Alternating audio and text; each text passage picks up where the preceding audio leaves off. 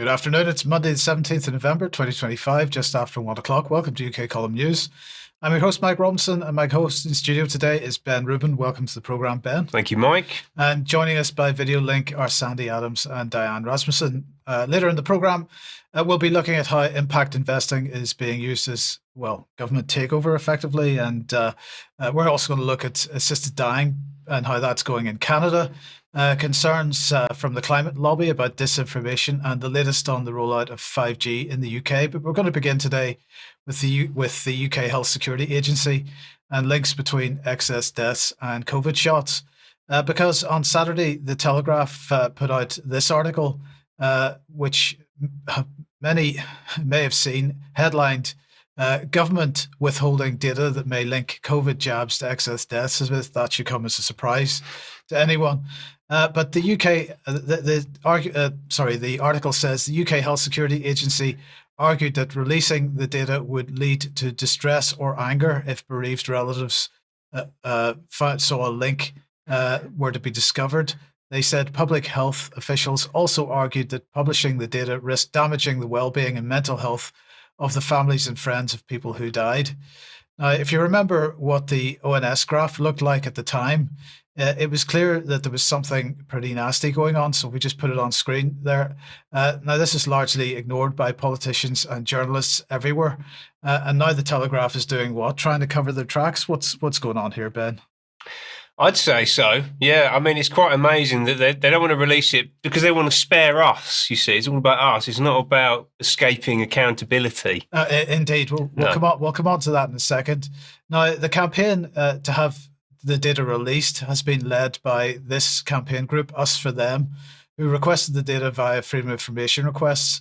The refusal from the UKHSA said nothing at all about distress or anger when they were answering these Freedom of Information requests, but instead said that publishing the data could lead to misinformation that would have an adverse impact on vaccine uptake in the public. So the question is, which was it? Was it they were worried about the alarm and distress that it might cause the public, or was it because they were worried about vaccine uptake? The UK Health Security Agency also claimed that the data release could carry a risk of individuals being identified, despite data being anonymized. But hold on, the same people tell us regularly that it's okay to collect bulk data on all of us, on all of us NHS users, because it's perfectly safe as the data is anonymized. So I'm not sure they can have it both ways. They're going to try. They're going to try. Well, let's just have a look at this quick quote here from them, because they said, protecting patient confidentiality is of critical importance. Releasing this data presented a real possibility that it could be used to identify individuals, which could result in significant distress. So that was their position. And that's pretty hilarious. Bearing in mind, they didn't really worry too much about causing distress in 2020. When SPY-B, for example, put this in their minutes, a substantial number of people still do not feel sufficiently personally threatened. The perceived level of personal threat needs to be increased amongst those who are complacent, using hard-hitting emotional messaging and saying that social disapproval from one's community can play an important role in preventing antisocial behaviour or discouraging failure to enact pro-social behaviour. So they didn't seem too worried about causing alarm and distress at that point in time. I'm just including the UKHSA in the whole COVIDocracy that existed at that point. It wasn't them specifically that were making those statements, but they were part and parcel of this, or at least the precursors were part and parcel of this entire regime. So it was formed in that period as well, it wasn't was it? Absolutely. Literally. UKHSA was an outcrop of that early COVIDocracy, yes, absolutely. And that security word that they introduced, that's very much aligned to this stuff, you know? Yes. So anyway, I think, I applaud the organisation help, attempting to get this information out in the public. It is supposed to be public data, and the campaign group was pointing out that, of course, this data has been shared with pharmaceutical companies already, but it has not yet been shared with the public. So I think it's about time it was. I couldn't agree more. So, Ben, let's come on to the issue of impact economy. We've talked about this quite a bit over the last couple of months, but what's it doing with respect to government? Well, it's completely transforming government. And actually, what you just talked about is a really good example of the impact economy in action, because we don't really have a government anymore. We have a public-private marketplace designed to deliver a global agenda handed down by the UN and the World Economic Forum in a manner that is designed to maximize profits to international capital investors. That's what it's all about. I've talked about this a lot previously. I've used this term before, woke corporatism, which I'm just going to drag back in. Essentially, this is the model of governance that we're currently being subjected to, and it's a combination of intersectional Marxism, which is the woke bit, the kind of DEI side of things, combined with corporatism, the integration of the market and the state, which is also the definition of fascism. I call this an unholy alliance between power and money. And this, to me, is basically what Fabianism is. You know, the Fabian Society, we've got a Fabian government at the moment. This is Fabianism. It's also stakeholder capitalism, same thing. It's also the third way, like you were talking about last week. And it's also impact investment. It's ultimately what this is all about. And the impact investment market is in the ascendant. And who better to describe that to us than Kieran Boyle, the chair of the Impact Investing Institute? At the moment, governments everywhere are facing a challenge. They're all really ambitious for what they want to achieve, but they're all facing increasingly tight financial environments. And impact investing can play a really important role, because when governments are tight on finances, they need to find alternate sources of capital, people that they can partner with. But it really matters about who you partner with, what their incentives are they aligned? And what you have in impact investors is partners who can bring capital, solution-focused capital, but focused on the same sorts of things that governments care about: improved social outcomes, improved environmental outcomes. Oh, he seems like a lovely man, doesn't he? Delightful. A delightful man. What could possibly go wrong? That was Kieran Boyle, the chair of the Impact Investing Institute. And I'm going to say, and I'll be careful so that the lawyers don't get on the phone, that he looks like a spiv. Yeah, are you familiar with the term spiv? I certainly am. A dodgy geezer who makes his money in dishonest ways. It just looks like one. I'm not saying he is a spiv. I'm just saying that he looks like one. It's the little tash that he's got going on there. Yeah, quite a thing. Anyway, who is he? Well, we said he's the chair of the Impact Investing Institute, which is actually a public-private partnership in itself. So that was set up between the City of London and the Department of Culture, Media and Sport, DCMS. It's backed by BlackRock and a bunch of other people like that. Boyle is also the director of the Marshall Institute at the LSE. That's Paul Marshall, the backer of GB News. So if any GB News fans out there, or people that you know that like watching GB News, this guy works for Paul Marshall. Yeah, so this is ultimately Paul Marshall's agenda that we're talking about here. He's also the chief executive of the 100x Impact Accelerator. We can get that back on screen. We can have a little look at the logo there, which is embedded into the LSE. Very influential guy, this, by the way. He's also a non-exec at Better Society Capital, formerly Big Society Capital. He's been there for nearly 10 years now. And before that, he was a director in the Government Innovation Group from 2008 to 2009. So he straddled Blair, Brown and Cameron, working in the Cabinet Office, the Foreign Office at Downing Street, various other places. And during that time, he became a young global leader of the World Economic Forum in 2014. Right, so this guy here, this individual, bundles together the collected interest of all of those different groups and those different organisations. And he's right in the mix of this process of transformation of the British state. Now, let's hear a little bit more about impact investment from Stephen Mears, who is the chief executive of Better Society Capital. Government should really start to build stronger relationships with impact investors. The government has a really significant mission around turning the UK into a clean energy superpower and bringing communities and local people into part of that. And we've recently committed significant capital into a new community energy investment facility to support that and build on past successful investments in community energy.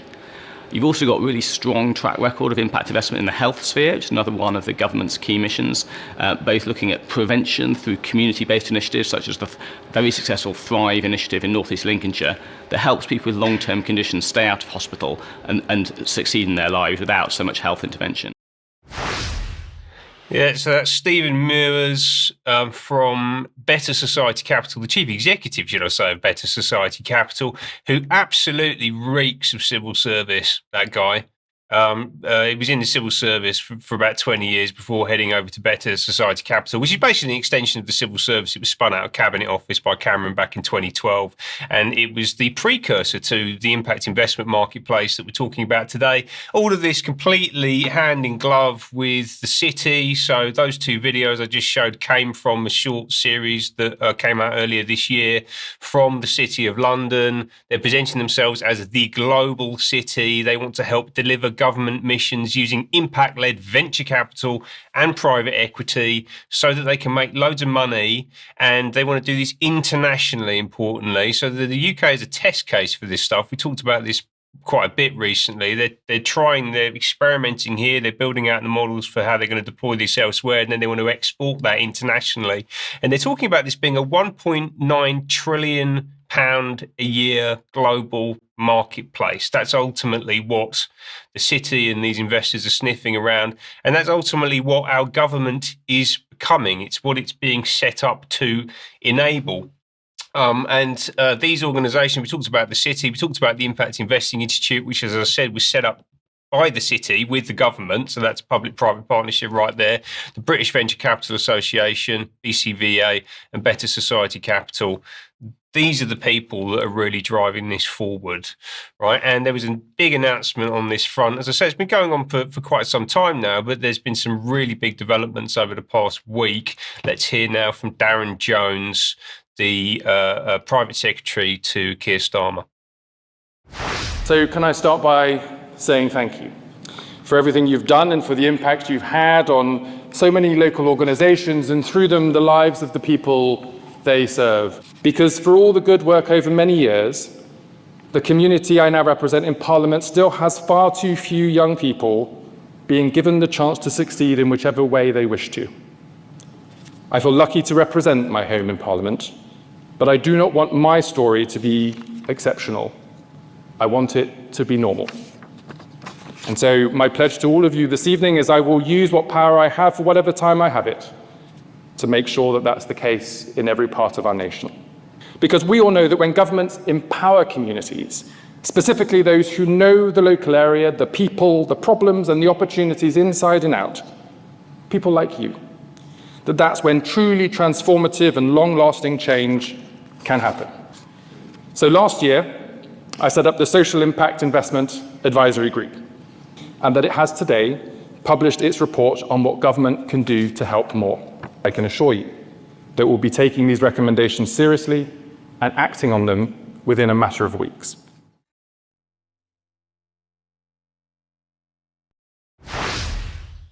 So that was Darren Jones. I said private secretary to Keir Starmer. He's actually, chief secretary to the Prime Minister. He's also the Chancellor of the Duchy of Lancaster. He's had those positions for the past 3 months. He's been thrust right to the forefront, doing a lot of communication work for the government at the moment. They've kind of put him out front because no one wants to see the others talking about anything. So this guy's been leading the charge. He's the MP for Bristol North West, been in that position since 2017. Background as a solicitor. When he was at BT as a solicitor, he was on their Smart Cities team. It tells you quite a lot about where this is all going to. He's also been receiving quite a bit of impact investing of his own. So if you go to look at the register of interests on the Gov website, you can see that he just received 44 and a bit grand from Lord Sainsbury, who's been splurging huge amounts of cash on progressive political issues for quite some time now. That event, by the way, at Downing Street was run in partnership with this organisation. This is the UK Community Foundations. Been around for quite a long time, about 50 years. And just worth noting that their president is this guy, Lord Michael Hastings, former top brass at KPMG, World Economic Forum strategic partner, wearing a UN SDG pin in the image there on the right-hand side of the screen. So again, just tying all these things together, separate organisations, same agenda, This is what's driving state policy right now. Now, that event that Darren Jones is speaking at was the launch of this report. So this is mobilising the impact economy as partners in national renewal. It's based on 3 pillars: organising to mobilise and support the impact economy, embedding the mobilisation mindset into the government, and then unlocking resources and participation at scale. This is the total transformation of the state, essentially, into what they call a market enabler.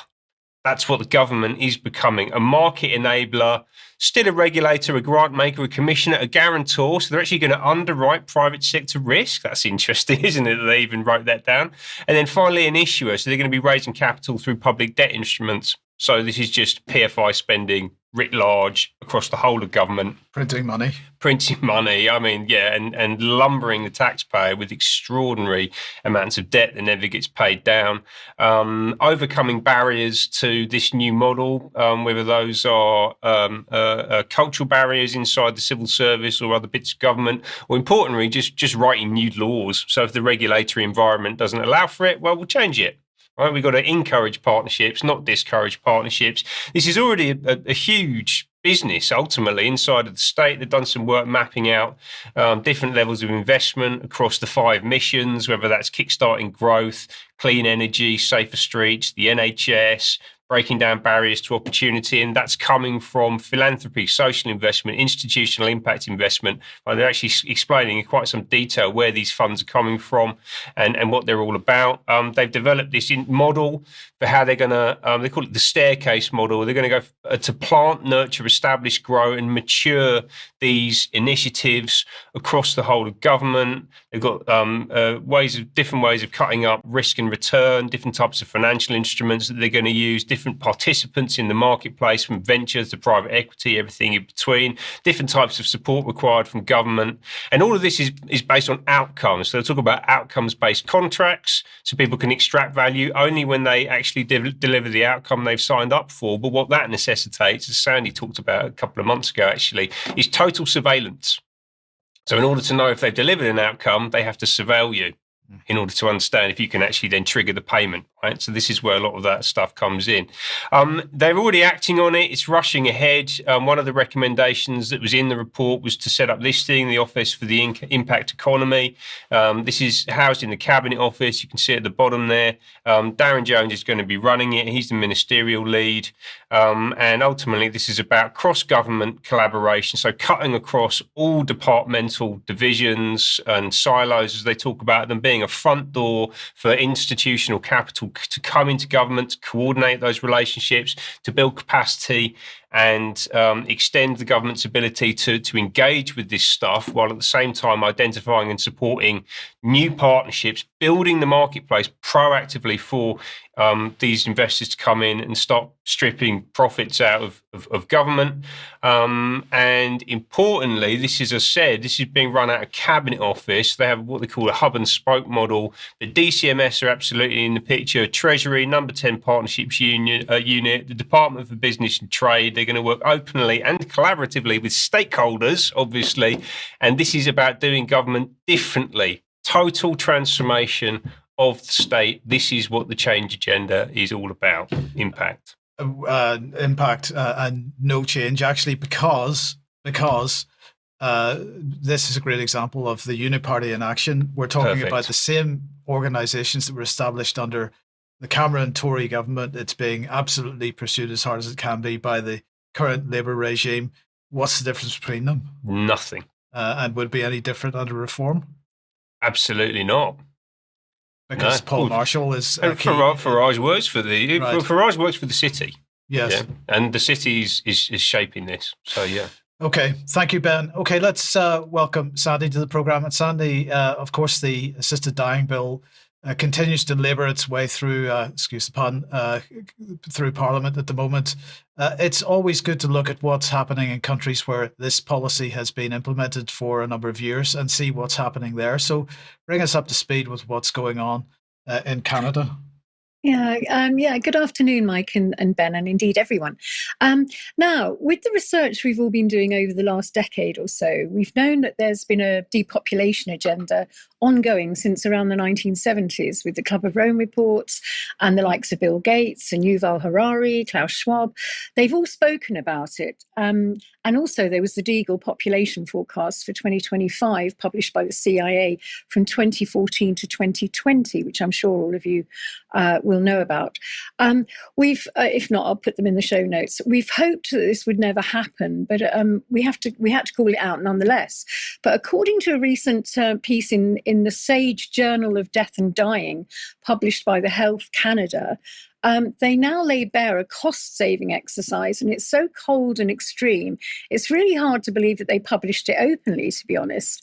As Canadian veteran Kelsey Sheron highlighted, the analysis claims that from 2027 to 2047, the Canadian government will save $1,273 trillion, not through breakthroughs in medicine or better care, but by ending lives. More than 14 million Canadians, at their own data, as their own data shows, are expected to be disposed of through medical assistance in dying, or MAID as they call it, rather than receiving palliative care, mental health support, or actual help. So that's, the staggering amount is 14.7 million human beings killed by the state. Now, let's hear what Kelsey Sheron, she's a veteran campaigner in Canada, and what she says about this. So the Journal of Death and Dying recently this year of 2025 came out and expressed what Health Canada's plans look like to save money. They are on track starting 2027 to 2047 to save $1.273 trillion by providing 14.7 million Canadians with MAID rather than palliative care. What was that number? Say that. 14.7 million Canadians. Over 9 million of those are projected to be elderly. Over 4 million of those are projected to be the mentally ill and suicidal. Over 300,000 of those are projected to be the Indigenous population, and then everyone else, addicts, homeless, and otherwise. So Canada's running a eugenics program, and they're planning to expand that with the start of mentally ill only qualification in 2027. And for those that are find those stats as disgusting as I do, you can go check out on the Sage Journal or the Journal of Death and Dying. They break it all down for you. They go through the numbers. We've also done it on the series as well.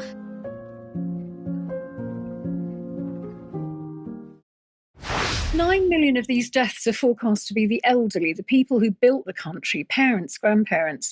Another 4 million are people suffering from mental illness, depression, or suicidal thoughts. Exactly the people who need compassion and treatment. 300,000 are projected to be Indigenous, and the rest are discarded of society, the poor, the addicts, and the homeless. This depopulation agenda is it's kind of wearing the mask of being somehow health reform. It's also the same ideology that drove the last century's euthanasia programs, and the belief that some lives cost too much and aren't worth living. And it's funded by the taxpayer. I mean, I can't believe they've got it all sewn up. It isn't stopping at Canada's borders either. The same conversation is unfolding across the rest of the Western world. From the UKHSA's bill, their end-of-life cost management bill, is openly discussed, and the US think tanks pushing optimised death as a budget strategy. A narrative is being seeded everywhere that euthanasia is empowerment or some form of dignity, when in fact it's a system itself that created the despair and the poverty and the mental illness. The powerful have effectively declared open season on the vulnerable.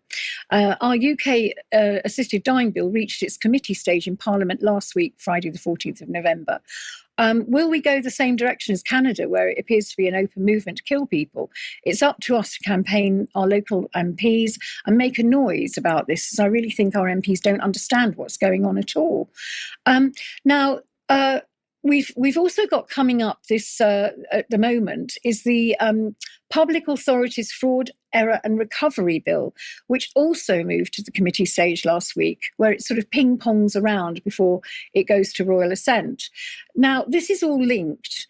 There's been some opposition to this by MPs, where there's a Lib Dem MP called John Miller, who who's I think he's the MP for Horsham, and what he has to say about what's going on, and he says. He said everyone accepts that we need to keep a handle on fraud, but the powers being taken in the bill gives the DWP access to people's private bank accounts. Now, what he's worried about is that this could actually cause people to take their own lives, and it has done in the past. So what he's saying is he's got very grave concerns, and a lot of the MPs do, and I think we really have to push this. That in fact this is a bit. This is definitely dodgy. So the government repeats the same lines. We're only targeting benefit fraudsters. That's nonsense. The bill covers fraud, error, debt, and overpayments, which usually is errors by the DWP. Yet banks will be forced to hand over people's financial data to simply check the eligibility. Now, once that precedent's in place, once banks and government systems are wired together, it never goes away. And then comes the most chilling part, direct deduction payments. The government will be able to reach into your bank account and take money if you dispute the debt. We already know where this leads. Disabled people have been hounded over DWP errors in the past and pushed deeper into despair. Coroners have explicitly linked DWP actions to suicides.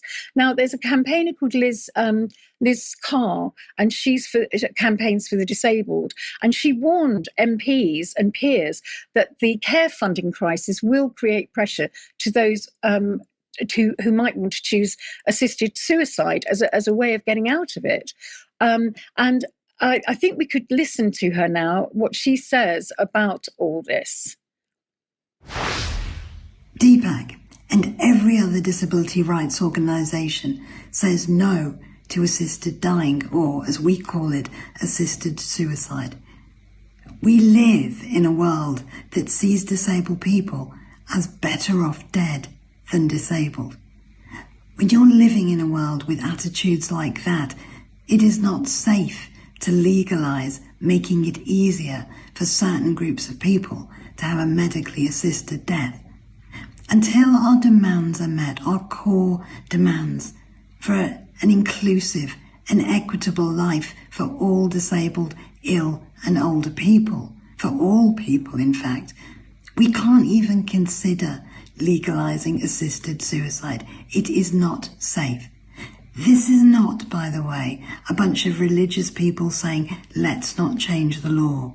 This is a group of disabled people, many of us who've considered this subject with great concern. And we know it is dangerous to legalise and change the law and to remove the legal protection that currently exists around assisted suicide. We demand this government does not legalise assisted suicide for terminally ill people, disabled people. Now, we only need to look at Canada to see the end game. Disabled people quietly steered towards state-approved death because they've been deemed too costly to support. And that's what happens when governments begin to weigh human life in purely financial terms. Benefit claimants are simply the testing ground. Once this system is operational, it will expand to taxes, fines, carbon rationing, energy use, and whatever future governments consider necessary. This is the thin end of the wedge. If we don't stop it now, the vulnerable will suffer first, and the rest of us will wake up to a world where the state access our finances, and it isn't, exceptional or limited. It's permanent. All the details of this will be in the show notes. Back to you. Sandi, thank you very much for that. Okay, let's move on. If you like what the UK column does, you would like to support us, head over to the front page of the website. You'll get a link to the page which explains how you can support us. We do need your financial support if you possibly can. If you can't support us financially, please share material you find on the website, including perhaps Germ Warfare. It's tonight at 7 p.m. Germ is speaking to Jeff Berwick on reality being a 3D video game. I'm not sure I necessarily agree with that, but that I'm going to be watching with interest anyway. And then at 9 p.m. tonight, former Taiwan independent supporter now a pragmatic voice in Taiwan's future. This is Angelica Young speaking to Carl Zha for the Silk and Steel podcast. Join us at 9 for that. Brian, his presentation from the Hope Freedom Festival is finally going out at 1 p.m. tomorrow, so join us for that as well. Of course, we'll be back for the news on Wednesday as well, 1 p.m. as usual. But in the meantime, let's get on with some other matters. And, well, Diane, over the last couple of weeks, we've been talking about the increasing, how do we describe it, desperation among certain people that they're not being believed and their agendas are not being accepted by people. And this applies equally within the climate science community, and they're very concerned, it seems, about disinformation. Yes, Mike. Hello, Ben, Sandi, and everyone. Glad to be here today to give you this report on what's been going on at COP30, which is still ongoing. This actually follows up a little bit, starting with the disinformation segment that Mike and Charles did back on the 7th of November, talking about the UK statement at the UN Fourth Committee by Letitia Lunan, when she said that the UK is indeed deeply concerned by the growing threats to information integrity. Now, first of all, let's define what information integrity means according to the UN. It's not my definition necessarily as a librarian of 25 years, but the UN defined it last year as existing, quote, where freedom of expression is fully enjoyed and where accurate, reliable information, free from discrimination and hate, is available to all in an open, inclusive, safe, and secure information environment. So at COP30 last Wednesday, the 12th of November, was Information Integrity Day. And let's watch this lighthearted YouTube video that was played through to show what they think they mean by information integrity. What is the most absurd thing that you've ever heard on social media about climate change? That the ice in the Antarctic and the Arctic is not decreasing, but increasing. I think that the most crazy thing that I've heard is that it's okay that our planet is dying because there's other planets that we can live. Today is Information Integrity Day here at COP. This information about climate change is spreading faster than ever, fueling myths and misconceptions about the climate crisis and the solutions to address it. Because tackling climate disinformation has never been more important. And to learn how to address it, we asked Charlotte Skadden to share her insights. I'm Charlotte Skadden, and I'm Senior Advisor on Information Integrity at the United Nations. We're all targeted by climate disinformation in one way or another, and anyone who uses online spaces has come across climate disinformation. There are many different tactics used to try and undermine climate action in information spaces, and they range from classic disinformation, denial of climate change, to disinformation around solutions. So we need all hands on deck to address climate information and threats to climate information integrity. And that includes governments, it includes tech platforms and companies, it includes civil society, it includes advertisers. It's really important that we try and empower ourselves to recognize it when we see it and to share that information with others who might also be targeted by it. Fighting climate disinformation starts with knowing the facts and sharing them. Together, we can make truth go viral.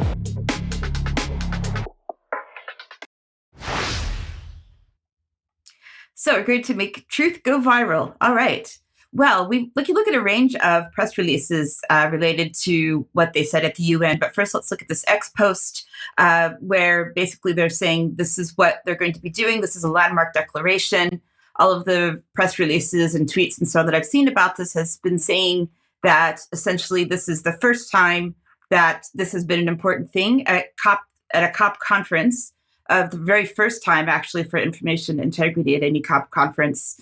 Some of the other press releases that the UN has put out about this has said this is the age of disinformation, which I would probably agree with in certain ways. This, again, saying about the wave of truth, the COP of truth, which is on the next press release, which is, again, from the UN, saying that it is now targeting disinformation as a threat to climate action. So, again, obviously the science is out. The consensus all says, well, it's all just, we need this information because we all now know that we have to do absolutely everything apparently, according to all scientists everywhere. So let's look at this next video, which was part of that X post. Pay potential. If you look at the tie on the first person that appears, you'll see a very sustainable development pattern on the tie. Let's take a look at this. For a few years now, several global risk reports, for example, the Davos World Economic Forum Global Report of Risks, they put as global risk number 1 in this planet, not climate change or climate disasters, but disinformation. Global risk number 1. And global risk number 2 is actually climate change.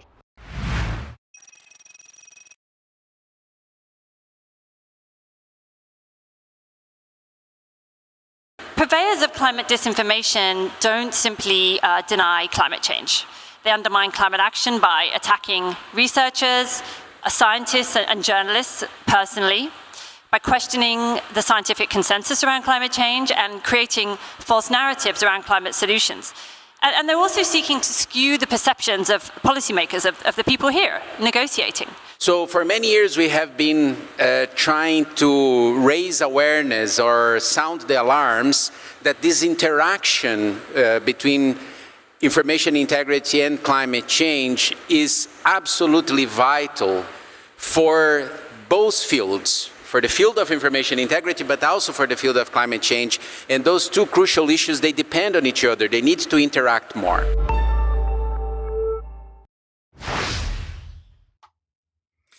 So you can see the full press conference that some of that was based on, including the lady wearing the Sustainable Development Goals pin, Charlotte, and some of the other people in that press conference said things like, quote, disinformation and denialism undermine trust in science and institutions. It feeds and fuels hate speech and extremism. Some of the questions that came up in the full press conference, I watched the whole thing so that the viewers don't have to, but some of the questions came, for example, from The Guardian, when a reporter asked, why are the fossil fuel lobbyists present? And basically, what can we do about these lobbyists that have been present here at this particular COP conference? It's important to note as well that this all goes back to the UN Global Digital Compact, which was released in September of 2024. Paragraph 35E states, quote, encourage United Nations entities in collaboration with governments and relevant stakeholders to assess the impact of misinformation and disinformation on the achievement of the Sustainable Development Goals, or SDG 17. SDG 17 is partnerships for the goals, and this basically talks about how the goals are accomplished through various sources of funding and organizations. I'll come back to how this is done at the end of my report. But I just want to remind viewers that essentially if you hear the word sustainable within the context of the Sustainable Development Goals, it really means unsustainable. It's all an inversion of language. Now, how is this done, particularly through UNESCO and other organizations? UNESCO is the one that has published what they've called the Global Initiative for Information Integrity on Climate Change. So what we see here is from their website talking about COP30 in particular. They have several documents. This COP30 document talks about exactly what they're going to be doing here and how it's going to be done, that basically they have signed this declaration, which I'm going to cover here in just a minute. It's all about how to fight the, as they're calling it, catastrophic global heating. And this is being sabotaged by a surge of climate disinformation. And so these falsehoods are getting in the way of stopping all this apparent global boiling that is going on. So before November this year, earlier this summer, they put out a call to action for this initiative for information integrity and climate change, asking for individuals and organizations to come forward to come up with solutions on how to fight this apparent problem. It says through a global fund and through various ways of getting this funded and sourced that this is what we need. So they're looking for organizations, they're looking for money, they're looking for various things and how they can get this actually going into play.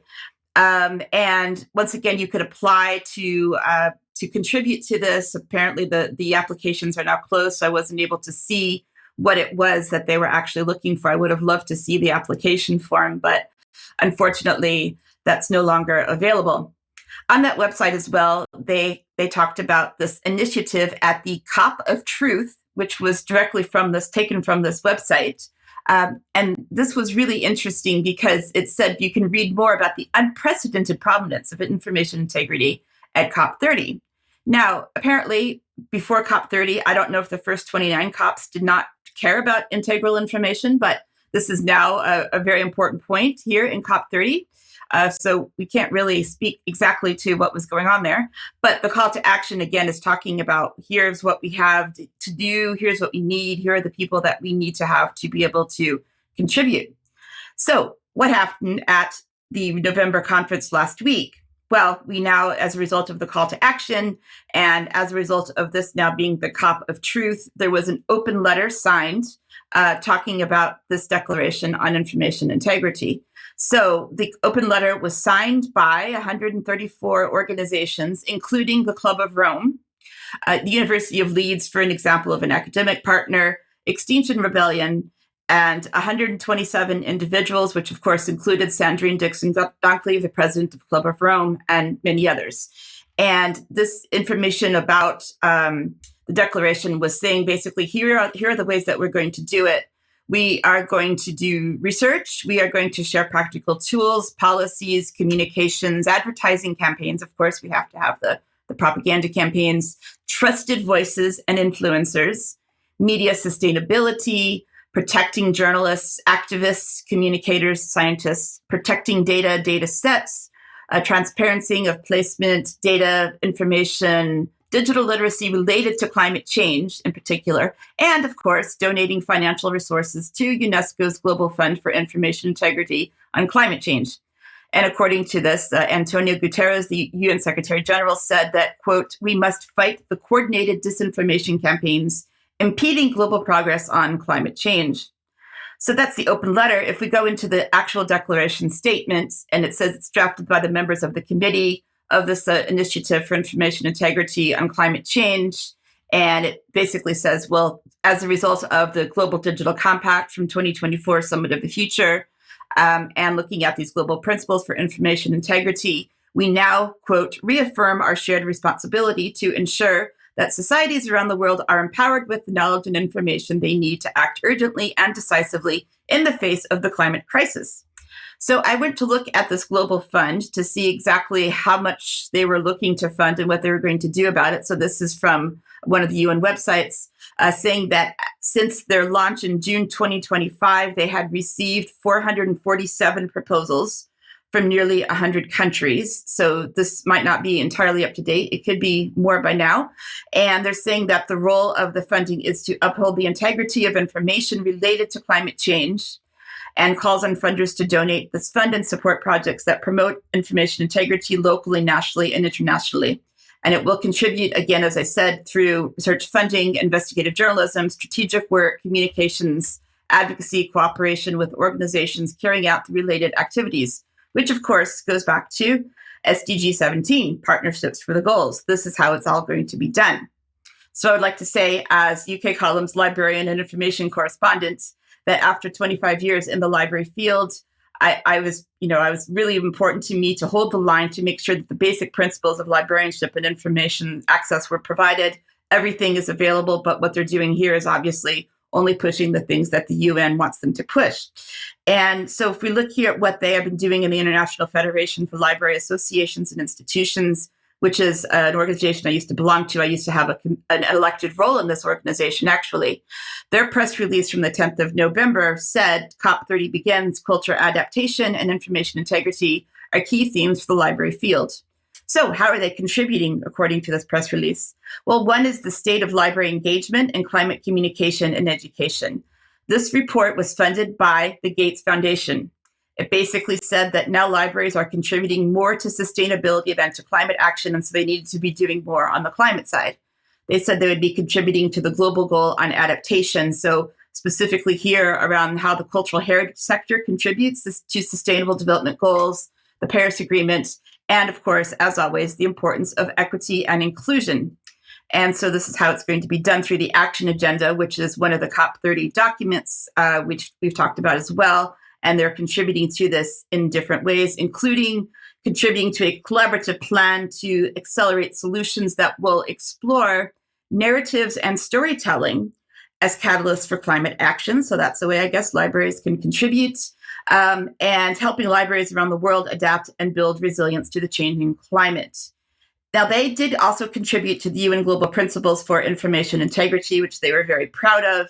And they said that these principles, quote, responded to concerns about governments themselves sharing misinformation, the, quote, infodemic experienced during the COVID-19, quote, pandemic.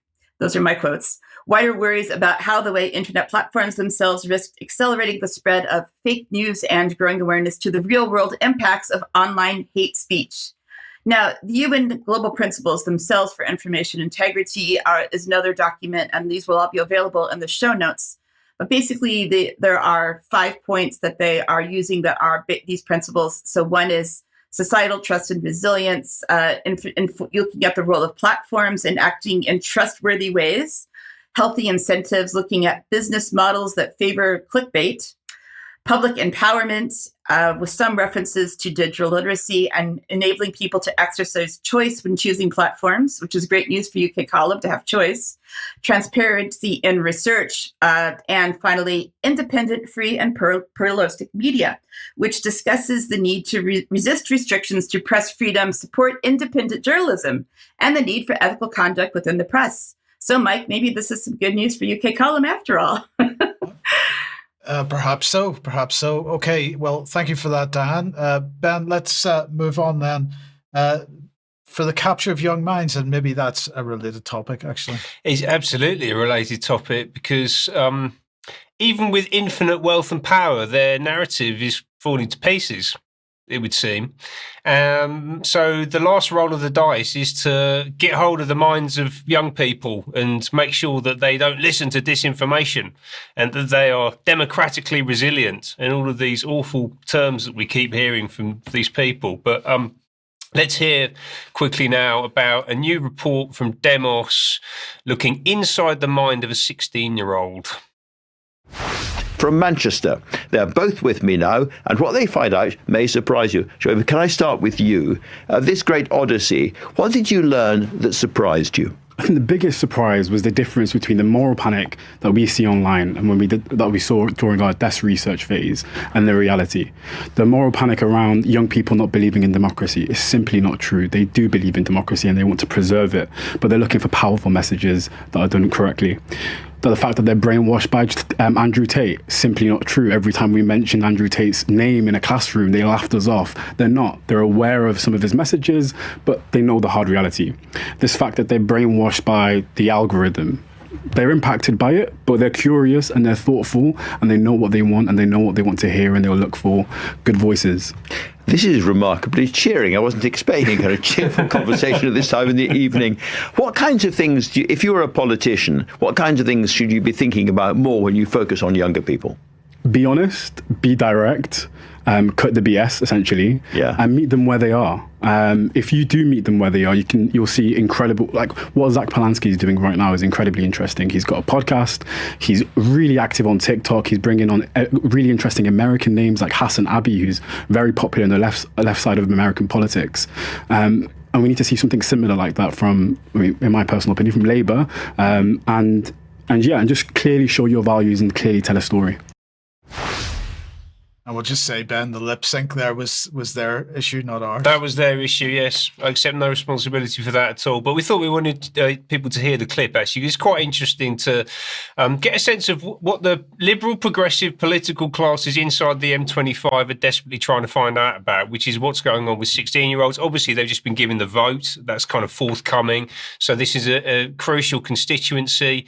And it was all relating to this report. If you can get that on screen, inside the mind of a 16-year-old, from Andrew Tate to Bonnie Blue to Nigel Farage. What do first-time voters think about social media, politics, the state of Britain and their futures?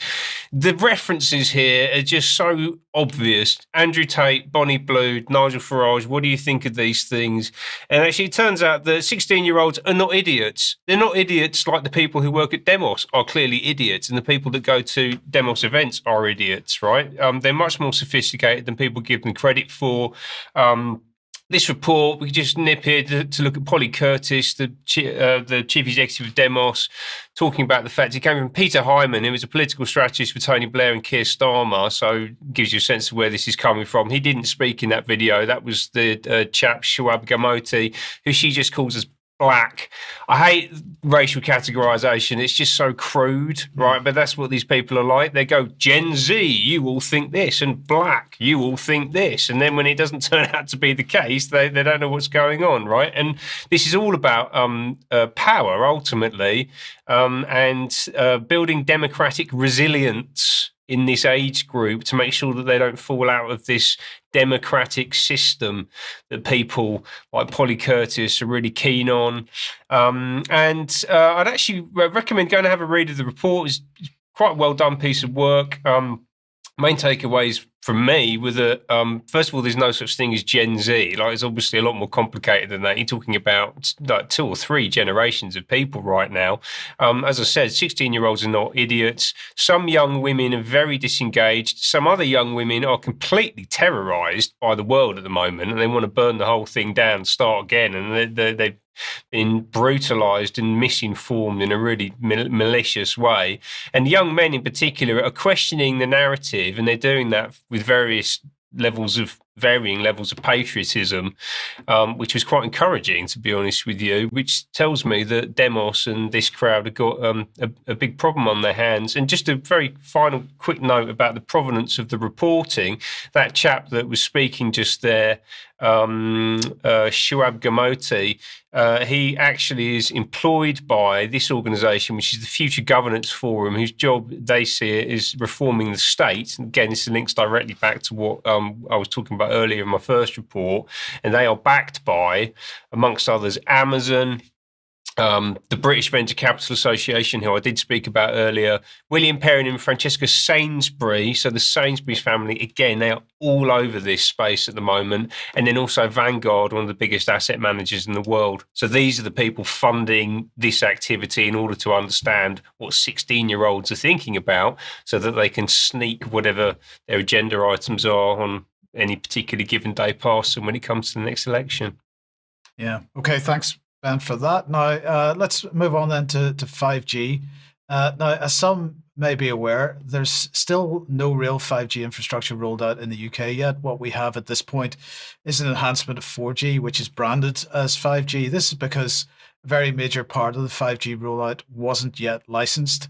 I'm referring to the really high frequency component of the technology known as millimeter wave spectrum. And before any of the telecoms companies could begin building out this capability, they have to pay money, or they had to pay money via an auction process run by Ofcom, which, aside from being the chief censor here in the UK, is also regulating the telecoms industry, including who can use which frequencies on the radio spectrum. So Ofcom announced the final auction results on the 24th of October this year. There were 3 winners, EE, O2 and Vodafone 3. Each paid Ofcom £13 million for the right to use 800 megahertz bands of the 26 gigahertz band and 1 gigahertz of the 40 gigahertz band. So Virgin Media O2 already has 2,000 small cells deployed, but none of these have this capability yet. They can be have millimeter wave technology deployed on them now. They are going to be aiming to get those into stadiums, arenas, transport hubs. It's all mainly towns and cities related, what they call high density populations and so on. EE has around just over 1,000 small cells so far, which they can deploy this in. And they're also looking at the same types of venues for their infrastructure and so on. And so it goes on. Now, Ofcom themselves, in this technical frequency assessment criteria for shared access radio services, which is one of the documents that governs this rollout, has said that the license terms and conditions will have a requirement for equipment to start transmitting within 6 months of the license being issued and continue to be operational afterwards. If spectrum is not used in this timeframe, Ofcom may revoke the license within 1 month's notice. So that'd be great. You paid £13 million, and if you don't manage to get your gear rolled out quickly enough, they can revoke the license afterwards. Now, Open Signal here is commenting on this, and they're saying 5G millimeter wave, the UK auction is over, but where's the action? And they're making the point that actually, even in countries where that are much further ahead than Britain is, the amount of millimeter wave technology that's been rolled out so far is extremely small. So in Australia, it's 0.1% of all the mobile telecoms gear. In Japan, it's 0.7%, and in the USA, it's 0.3%. And they're asking, why is that? And one of the key reasons is because none of the telephone manufacturers have really rolled this out in their handsets yet, because this is quite a step up from the current radio equipment that they have in their telephones. So not even high-end iPhones in many countries have this, only in the United States and one or two other sales regions.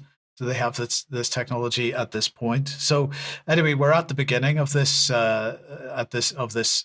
situation. Just want to remind everybody that some time ago we held a symposium, an expose on 5G. If you haven't seen this on the UK Column website, if you want more background on this, please do go and have a look at the various presentations there. It was very interesting, and it's worth your effort if you want to oppose this.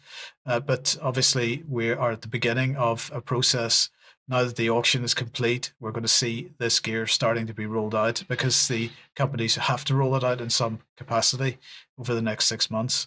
So keep an eye out for that. Okay, let's come back then to Sandi. And what's the latest, Sandi, on solar farms in the UK?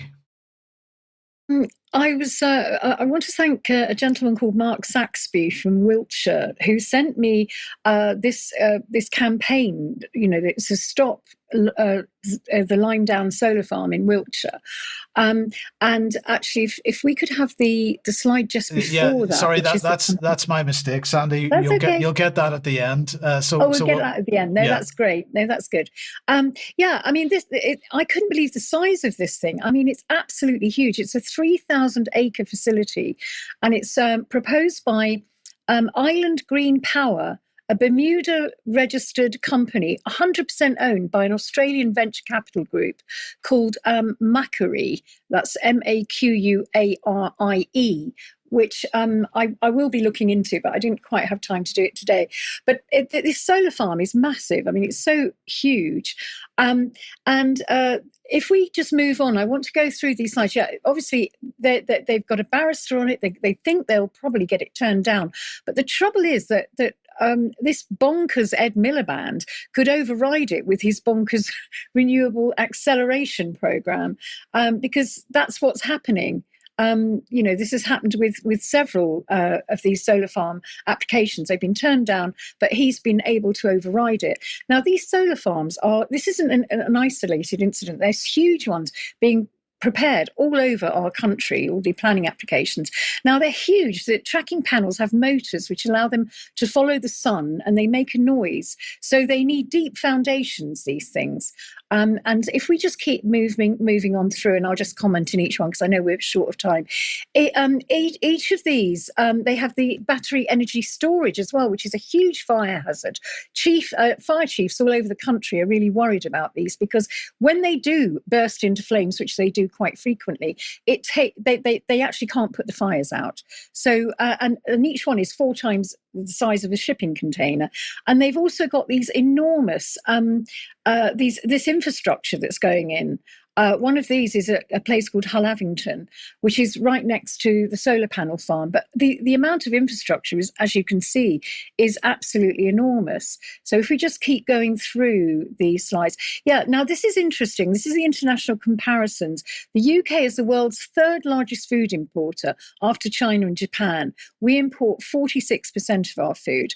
Other European countries take more care of their agricultural land. Now, this is the worry, is actually taking up prime agricultural land. In France, no solar panels on agricultural land for export to the grid. All the large car parks are covered with solar panels, so they're using existing buildings. In Germany, solar panels are strictly controlled and limited. And in Italy, large-scale solar on agricultural land is prohibited. But we're just using up all our wonderful agricultural land with all this stuff. Now, what's interesting is I want to thank Bannerman for this particular slide, and Cassie from the Residents Association, the National Residents Association, because it really makes you see how much of our land is being taken up by all this infrastructure. And the yellow ones are the solar panels, the blue ones are the wind panels, and the purple ones are the battery energy storage facilities. Now, all this is going to take up vast amounts of energy, vast amounts of water, and it's going to destroy our farmland. So I've put in the show notes, ways to, the whole campaign and how you can oppose it. So we need to fight about this, because this is our food security. Thank you. Thanks, Sandi. And we'll just very quickly put the slide up for Stop Lime Down, the campaign here, so that people can see that.